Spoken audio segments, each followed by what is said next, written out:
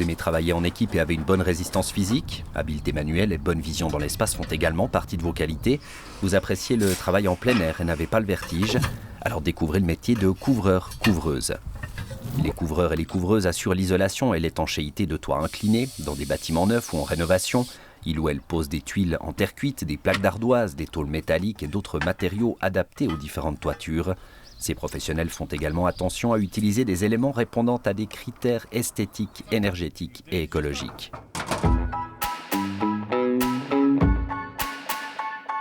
C'est surtout le fait d'être un peu isolé des autres, on est sur le toit, tranquille, il y a l'air, voilà, on voit bien la vue aussi.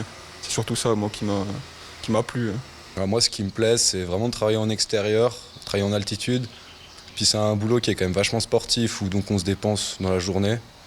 Et moi, c'est quelque chose dont j'ai besoin, parce que c'est vrai que je ne tiendrais pas en place en intérieur, quoi. Je me suis dit que ça pouvait être sympa d'avoir un métier où on avait le plus beau bureau avec le plus beau paysage, on dira comme ça. Moi, ce qui m'a amené à choisir ce métier, c'est que j'étais au gymnase de base. Ça m'a pas du tout convenu, donc je suis allée voir une conseillère en orientation qui m'a proposé une liste de métiers. Il y avait ferblantier, donc j'ai choisi la ferblanterie. Puis maintenant, je me retrouve en formation complémentaire de couverture.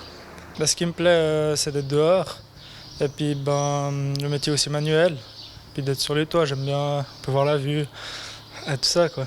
J'ai choisi ça, certes, c'était surtout pour le cuivre au début. J'aime bien travailler le métal et tout, puis ça m'a amené à la couverture par la suite. C'est un peu une suite logique de la ferblanterie, la couverture, je trouve. Donc c'est pour ça que j'ai fait les deux métiers aussi. Et le travail en équipe et le fait que ce soit aussi assez physique. Ce qui me plaît, c'est de pouvoir travailler dehors, travailler de mes mains, puis de faire quelque chose de concret, de voir le travail fini une fois que le chantier est terminé. C'est satisfaisant.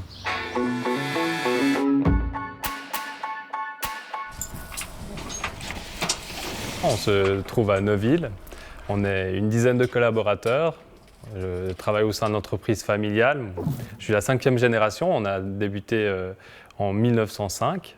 Je reprends l'entreprise aux côtés de mon père. Et on fait principalement des travaux de rénovation, des travaux neufs. Donc c'est surtout des toitures en pente ou des toitures plates. C'est nos travaux principaux. On est une entreprise de taille moyenne avec 17 employés. Puis on travaille dans la région de la Rivera vaudoise. On fait de la ferblanterie, de la couverture et de l'installation de panneaux solaires.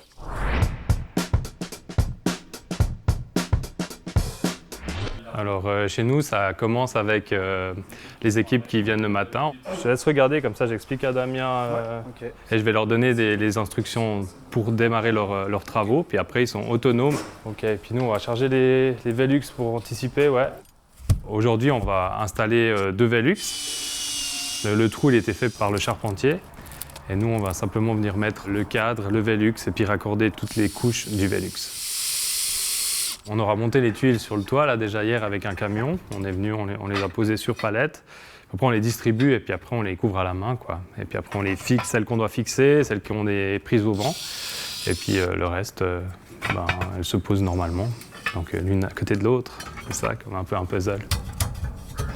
Avec le jeune. Nous, on arrive le matin à 6h45, on a un briefing du patron et du contremaître. On prépare le véhicule pour partir au chantier, on fait une pause et puis après on y va. Dans cette entreprise, on va faire beaucoup de villas. Nous, on travaille essentiellement aussi en rénovation de plus en plus, vu qu'il y a des nouvelles normes énergétiques dans le milieu du bâtiment. On va beaucoup intervenir sur des vieux bâtiments pour recréer un système d'isolation qui soit compatible avec les normes qu'on a aujourd'hui. Une des grosses parties de notre travail, c'est la sous-construction, tous les éléments sur lesquels la couverture va reposer. Ça commence par une prise de mesure du toit. Après, on doit répartir en différents espaces qui font tous la même taille, qui sont adaptés à la couverture. Et puis après, on trace. Et là, on vient poser du coup du bois sur lequel on pourra soit clouer des ardoises, soit poser de la tuile. J'ai posé le crochet ici. Où est-ce qu'il va l'autre crochet de sécurité? Aujourd'hui, on va poser un dernier crochet de sécurité pour qu'on puisse après intervenir sur le toit en entretien. Il y a les ferblantiers qui vont à un atelier nous confectionner des tôles. Alors très souvent, c'est eux qui vont les déposer. Après, ça nous arrive pour certaines parties qui sont assez faciles à poser, où il n'y a pas vraiment besoin d'agrafage ou de soudure, on va en poser. Sur la toiture, on doit assembler tous les matériaux, les fixer entre eux pour que ça fasse un bloc compact. Donc on va utiliser des visseuses, des cloueuses, on va utiliser des machines qui coupent, des machines qui meulent. Alors ici, on a fait une toiture où il y a d'isolation entre chevrons. Donc sous ce matériau-là, il y a les chevrons. Donc on a isolé entre deux et par-dessus, on est venu mettre de la fibre de bois qui va couper ce pont thermique entre les chevrons. L'isolation, c'est la première étape sur un chantier. Donc on vient en premier déposer ce qu'on appelle un pare-vapeur, une barrière vapeur. Et après, par-dessus, on vient poser notre isolation. Donc c'est ce qui permet en fait au bâtiment d'être thermiquement régulé. C'est une grosse partie du métier d'entretenir les toitures qui sont déjà finies pour qu'ils restent en forme. On travaille sans échafaudage, donc oui, il faut travailler en cordée, puis avec tous les EPI anti-chute. L'équipement, c'est composé d'un harnais, d'une corde solide, rigide, avec un absorbeur pour réduire la violence de la chute. Et dès qu'on travaille sans échafaudage, on est obligé d'en avoir. Et donc on va intervenir avec des contrats d'entretien chez des gens pour nettoyer les chenaux. On va avoir un matériel de sécurité personnel, on s'appelle ça les EPI. On a un casque, des lunettes, des gants, des chaussures, quoi. On a tout ce qu'il faut pour être en sécurité.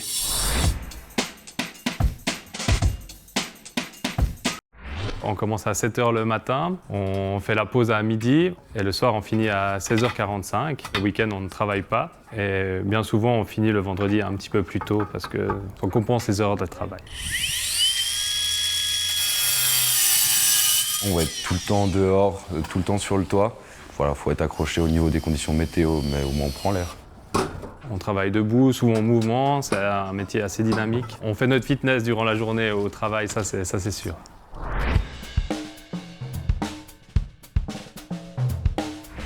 Faut être en forme physiquement, puis il faut être un peu résistant aux températures.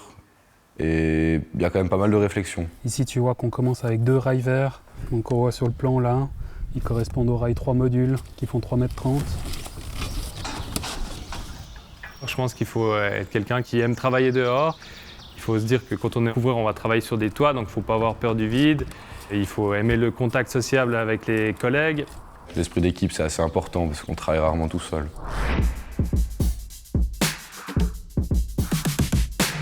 Déjà le fait de travailler dehors, donc on est toujours au grand air, on a des paysages magiques. C'est un métier où on change souvent d'endroit, donc le cadre évolue. Et puis c'est un métier où il y a énormément de travail en fait. Où que ce soit en Suisse ou même à l'étranger, il y a beaucoup de demandes pour des couvreurs. Donc c'est un métier qui permet en fait assez facilement de voyager et d'aller travailler ailleurs.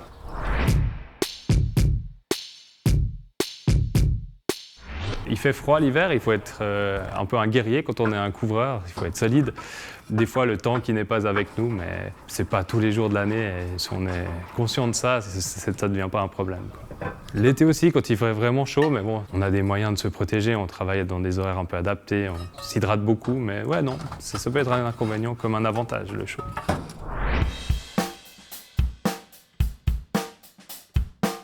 On travaille aussi de plus en plus avec des matériaux naturels comme de la fibre de bois. Et puis on fait beaucoup d'installations solaires maintenant. Et ça, c'est vrai que c'est un plus pour l'environnement. Le métier de couvreur, c'est quelque chose qui me passionne. C'est quelque chose où on donne beaucoup de son énergie aux autres. C'est un métier où on va créer une maison pour une famille.